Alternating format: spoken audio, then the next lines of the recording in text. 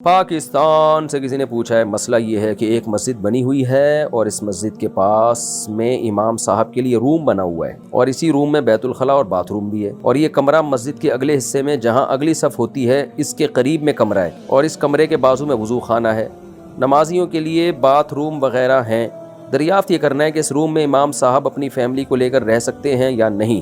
بھائی وہ روم مسجد سے باہر ہے نا، مسجد کے حدود میں داخل تو نہیں ہے، تو امام صاحب اپنی فیملی کو لے کے وہاں رہ سکتے ہیں۔ البتہ بعض مسجدوں میں نے دیکھا ہے کہ واش روم مسجد کے بالکل ساتھ ہوتا ہے اور دروازہ واش روم کا ڈائریکٹ مسجد کے اندر کھل رہا ہوتا ہے۔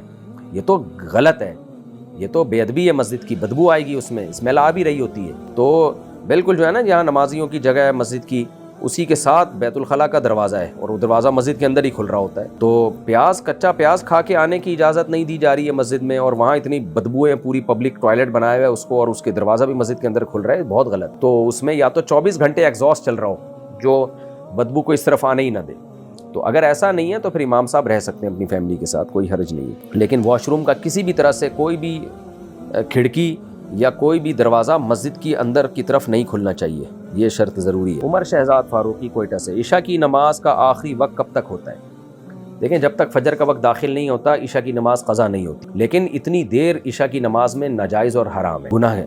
تو عشاء کی نماز میں افضل وقت ہے 1/3 رات، آدھی رات تک تاخیر کی بھی گنجائش ہے، لیکن آدھی رات کے بعد مکروہ ہے، اتنی تاخیر اس میں ٹھیک نہیں ہے۔ تو آدھی رات کے بعد جتنی تاخیر کریں گے کراہت بڑھتی چلی جائے گی۔ اگر امام کے ٹخنے ہمیشہ ڈھکے رہتے ہیں تو اس کے پیچھے نماز پڑھ سکتے ہیں۔ نماز تو ہر فاسق فاجر کے پیچھے ہو جاتی ہے، لیکن ایسے شخص کو اپنے اختیار سے امام بنانا جائز نہیں۔ ان کو بتا دیں امام صاحب، بخاری کی حدیث ہے، ان اللہ لا يقبل صلاۃ رجل مسبل ازارہ، اللہ اس کی نماز قبول نہیں کرتے جس کے ٹخنے ڈھکے ہوئے ہوں، جس نے ازار کو نیچے تک کھینچا ہوا ہو۔ تو امام صاحب کچھ اللہ کا خوف کریں، کائنڈلی مان جائیں، ٹھیک ہے، ان کو معزول کرنے کی قدرت ہو، قدرت ظاہر ہے کمیٹی کے صدر ودر کوئی ہوتی ہے تو ہٹا دیں، نہیں ہے تو پھر مجبوری میں انہی کے پیچھے نماز پڑھ لیں، اللہ دعا مانگا کریں اللہ اس امام صاحب کو ہدایت عطا فرمائے۔ بہتر ہے ان کو کوئی شلوار لا کے گفٹ دے دیں جو ٹخنوں سے اوپر ہو سکتا ہے ان کے پاس پیسے نہ ہو شلوار خریدنے کے۔ ایک نماز قضا کرنے پر اللہ اتنا خطرناک عذاب کیوں دے گا؟ اس لیے دے گا کہ اللہ آسمان سے بارشیں برساتا ہے، پیدا ہوئے ماں کی چھاتیوں میں دودھ پیدا کیا، اتنی نعمتوں کی برسات کی اس نے، اس کے بعد ایک حکم دیا اس نے کہ سارا دن اپنے کاموں میں مشغول رہو، تو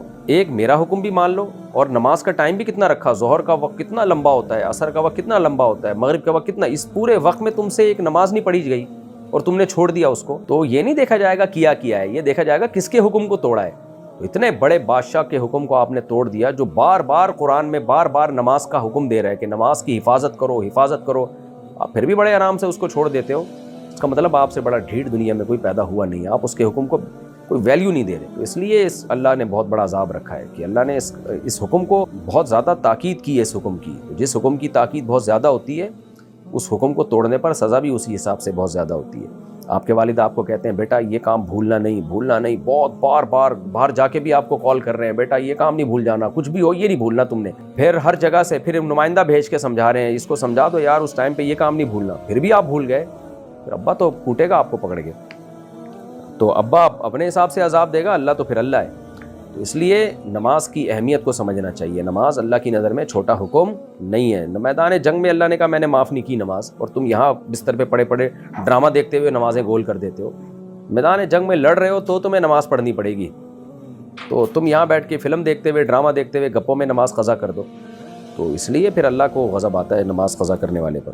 باقی وہ جو آتا ہے کہ ایک نماز قضا کرنے پر ایک حقوق جہنم میں جلے گا کروڑوں اربوں سال، وہ حدیث سند کے لحاظ سے ٹھیک نہیں ہے۔ کیا جمعہ کی نماز بغیر بیان کے ہو جاتی ہے؟ ہمارے ہاں سورہ کہف پڑھ کر نماز پڑھ لیتے ہیں اور بیان نہیں ہوتا۔ جی بغیر بیان تو ویسی ایک واضح نصیحت کے لیے، اصل تو جمعہ کا خطبہ ہے، خطبہ واجب ہے، تو وہ اگر خطبہ نہیں پڑھا جائے گا نا جمعے میں تو یہ گناہ ہوگا، باقی نماز اس بیان کے بغیر بھی ہو جاتی ہے۔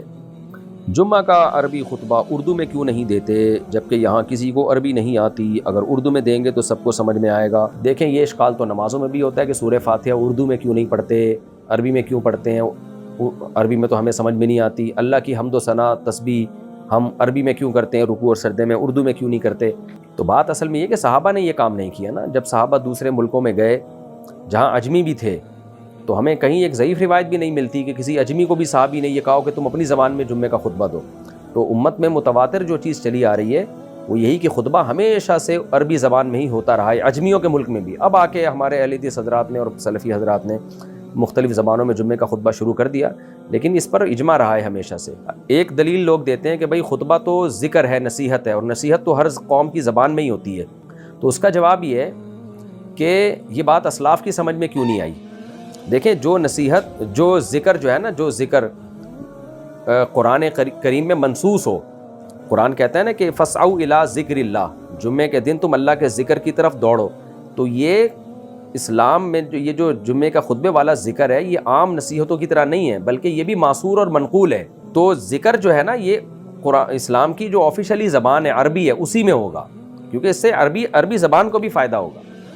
تو اس لیے یہ ذکر ہم عام بھی جب جو ذکر کرتے ہیں وہ بھی عربی میں ہی ہوتا ہے، اردو میں نہیں کر رہے ہوتے ہم۔ سبحان ربی الاعلیٰ جو ہم نماز میں پڑھتے ہیں، یا عام تسبیحات بھی ہم صبح شام کی جو کر رہے ہوتے ہیں، وہ عربی میں ہی کر رہے ہوتے ہیں۔ تو اسلام کی سرکاری زبان عربی ہے، تو جتنی اسلام کے سرکاری احکام ہیں وہ عربی میں ہی ہوں گے۔ دیکھیں نا، آپ کسی جیسے پاکستان کی جو سرکاری زبان ہے انگلش ہے، اب آپ کو انگلش نہ بھی آتی ہو تو بھی آپ اپلیکیشن انگلش میں ہی جمع کراتے ہیں، وجہ اس کی یہ کہ بھائی یہ سرکاری زبان ہے۔ تو اسلام کی بھی سرکاری زبان جو ہے وہ عربی ہے، اس لیے جتنی بھی اسلام کی آفیشلی جو بھی عبادتیں ہیں نا، وہ عربی میں ہی ہوں گی۔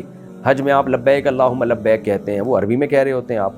تو اور سب سے بڑی دلیل میں نے کہا کہ تمام دلیلوں کی جو بنیادی دلیل ہے وہ یہ ہے کہ لوگ جب یہ دلیل دیتے ہیں کہ ہم نصیحت ہے، نصیحت تو اس قوم کی زبان میں ہوگی، تو یہ بات صحابہ تابعین کے سمجھ میں کیوں نہیں آئی؟ تو اسلاف میں ہمیں نہیں ملتا۔ اسلامی حکومتیں اتنی وسیع ہوئی ہیں، فارس فتح ہوا، روم فتح ہوا، کہیں بھی ایک ضعیف روایت بھی نہیں ملتی کہ جمعے کا خطبہ مقامی زبان میں ہوا۔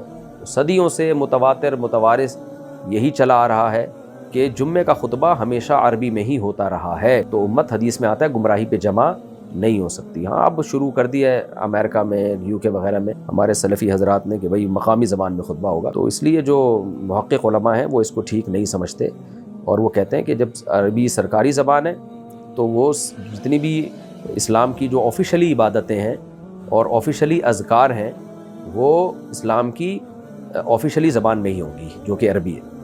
ہاں، یہ ضرور ہے کہ عربی خطبے کے ساتھ اگر اس کا ترجمہ بھی ہو جایا کرے ساتھ میں تو پھر کوئی حرج نہیں ہے، یعنی آپ عربی میں خطبہ ادا کر لیں تو سنت پوری ہو جائے گی اور اسلاف کا طریقہ پورا ہو جائے گا، ساتھ میں اس کا ترجمہ بھی ساتھ ساتھ کر دیں تو اس کی اجازت ہو سکتی ہے، اس کی گنجائش ہو سکتی ہے۔ یہاں لوگ ایک طنز بھی کرتے ہیں کہ پھر یہ جو جمعے سے پہلے اردو میں تقریر ہوتی ہے، یہ کہاں سے ثابت ہے؟ تو بھائی، تقریر کے لیے ثبوت ضروری نہیں ہے، خطبے کے لیے ثبوت ضروری ہے۔ خطبہ اسلام کی ایک آفیشلی عبادت ہے، آفیشلی ایک نصیحت ہے جو اللہ نے متعین کی ہے۔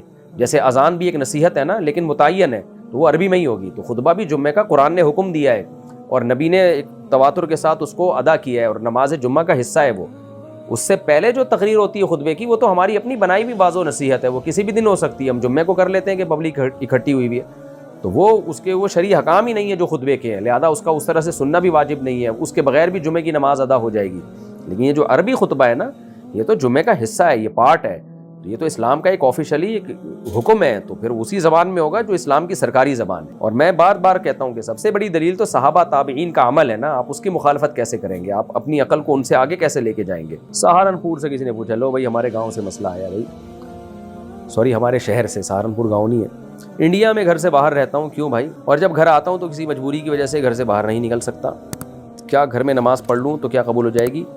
نبی نے فرمایا جس کے محلے میں مسجد ہو نا، لا صلاۃ لجار المسجد الا فی المسجد، تو اس کی نماز مسجد کے علاوہ نہیں ہوتی۔ تو آپ جائیں تمیز سے اچھے بچوں کی طرح مسجد میں نماز پڑھا کریں، گھر میں نماز پڑھیں گے گناہ ہوگا آپ کو، فرض بہرحال ادا ہو جائے گا۔ جو اسلامک ایپس میں نماز کی ٹائمنگ آ رہی ہوتی ہیں، کیا وہ صحیح ہوتی ہیں؟ اکثر صحیح ہی ہوتی ہیں، مشاہدہ